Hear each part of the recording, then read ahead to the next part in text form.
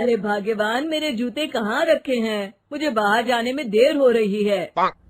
तभी मालती कमरे में आती है। ये रहे आपकी जूते। मैं इन्हें साफ करने के लिए ले गई थी। अरे वाह, तुम कितनी समझदार हो। मेरे बिना कुछ कहे ही सारे काम कर देती हो। तभी मालती झिझकते हुए रमेश से कहती है, सुनिए जी, आपसे एक बात कहूँ, बुरा तो नहीं मानेंगे ना? अरे नहीं नहीं, बेफिक्र होकर कहो। शादी से पहले मैं अपने मायके में नौकरी करती थी।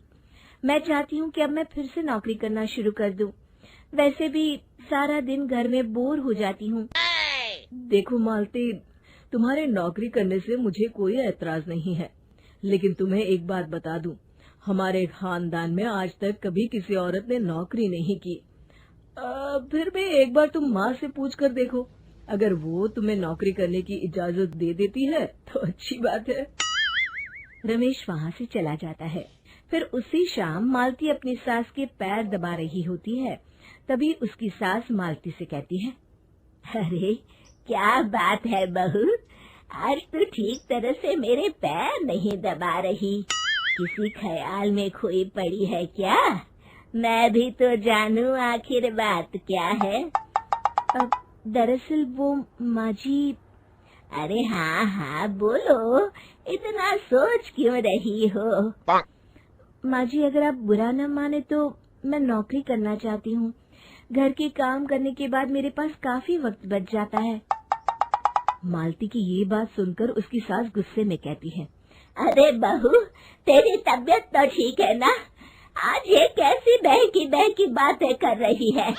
भला हमारे खानदान में आज तक कभी किसी औरत ने नौकरी की है जो तू नौकरी करने की बात कर रही है, हैं? अरे बहू, तू क्या रिश्तेदारी में हमारी नाक कटाना चाहती है?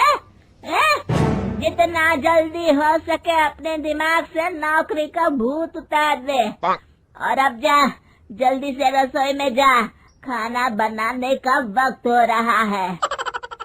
मालती मन मार कर खाना पकाने के लिए रसोई घर में चली जाती है। अगले दिन, नमस्ते माँ जी, कैसी हैं आप? अरे आओ आओ दिवाकर बेटा, बैठो, मैं तुम्हारे लिए चाय मंगाती हूँ। बहू, जरा एक कप चाय तो लेती आना। फिर दिवाकर एक फाइल खोलकर मालती की सास के सामने रख देता है।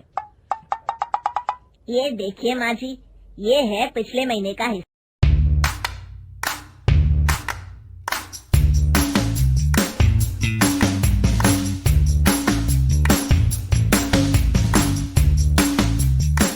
हिसाब, और ये रहे मुनाफे के रुपए।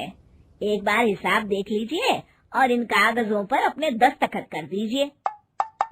अरे दिवाकर बेटा, मैंने भला आज तक कभी तेरा हिसाब देखा है जो अब देखूंगी? ला बता, कहाँ दस्तखत करूं? तभी मालती चाय लेकर वहाँ आ जाती है और अपनी सास को बिना कागजातों को पढ़े इस तरह लापरवाही से दस्तखत करते हुए देखकर हैरान रह जाती है। अच्छा माँ जी, अब मैं चलता हूँ, फैक्ट्री में बहुत काम है। फिर दिवाकर वहाँ से चला जाता है। कुछ दिनों बाद मालती बाजार में कुछ सामान खरीद रही होती है। तभी एक बूढ़ा आदमी उसे आवाज देता है, अरे मालती बेटी, कैसी हो? मुझे पहचाना? मैं तुम्हारी कंपनी में मुनीम का काम करता हूँ। हाँ चाचा जी, मैं आपको बिल्कुल पहचानती हूँ। कहिए, कैसे हैं आप? मैं तो ठीक हूँ। कंपनी में कुछ भी ठीक नहीं चल रहा, यहाँ तक कि हमें ठीक वक्त पर तनख्वाह भी नहीं मिलती। ये आप क्या कह रहे हैं? अब क्या बताऊं, आप लोग तो कभी हिसाब किताब देखने दफ्तर आते नहीं। मेरी मानो तो एक बार आप लोग दफ्तर आकर सारा हिसाब किताब देख लो, आपको असलियत पता चल जाएगी। अच्छा बेटी, अब मैं चलता हूँ, देर हो रही है। फिर वो बूढ़ा वहाँ से चला जाता है।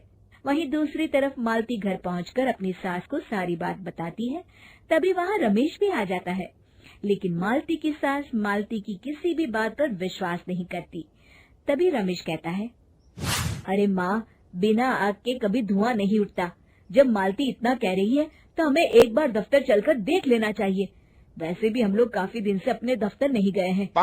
इस तरह किसी एक आदमी के भरोसे काम छोड़ना मुझे भी ठीक नहीं लगता। अगले दिन वे सभी अपने दफ्तर पहुंचते हैं और सीधे दिवाकर के कैबिन में जाते हैं। अचानक सबको एक साथ देखकर दिवाकर चौंक जाता है।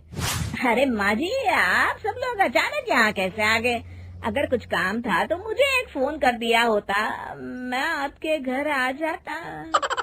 तभी मालती की सास कहती है, अरे दिवाकर बेटा, आज मैं हिसाब देखने दफ्तर आई हूँ।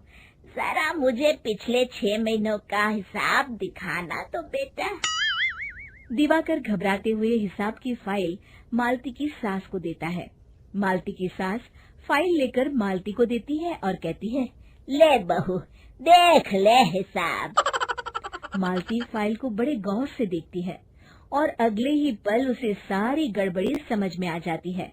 वो अपनी सास से कहती है, माँ जी, मुनीम चाचा बिल्कुल सही कह रहे थे। हमारी कंपनी में पिछले 6 महीनों में जितना मुनाफा हुआ है, हमें उसका आधा पैसा भी नहीं मिला। यूँ समझ लीजिए कि 1 रुपये में सिर्फ चवन्नी ही हमारे हाथों में आई है। मालती की बातें सुनकर मालती की सास गुस्से से दिवाकर को पूछती है, क्यों दिवाकर, मेरी बहू जो कह रही है वो सच है? दिवाकर समझ जाता है आज उसका भांडा फूट चुका है। वो गिड़गिड़ाते हुए कहता है, मुझे माफ कर दीजिए माँ जी, मैं पैसों के लालच में अंधा हो गया था। अरे वाह दिवाकर, तू तो एक नंबर का चोर निकला। इतने दिनों से मैं तुझ पर आंख बंद करके भरोसा करती रही और तू मुझे ही चुना लगाता रहा। अभी के अभी निकल यहाँ से और दोबारा अपनी शक्ल मत दिखाना। दिवाकर वहाँ से भाग जाता है। मालती की सास मालती को शाबाशी देते हुए कहती है, बहू, आज मैं समझ गई कि पढ़ाई लिखाई हमारी जिंदगी में कितनी जरूरी है। मैं बहुत किस्मत वाली हूँ जो मुझे तुझ जैसी बहू मिली है।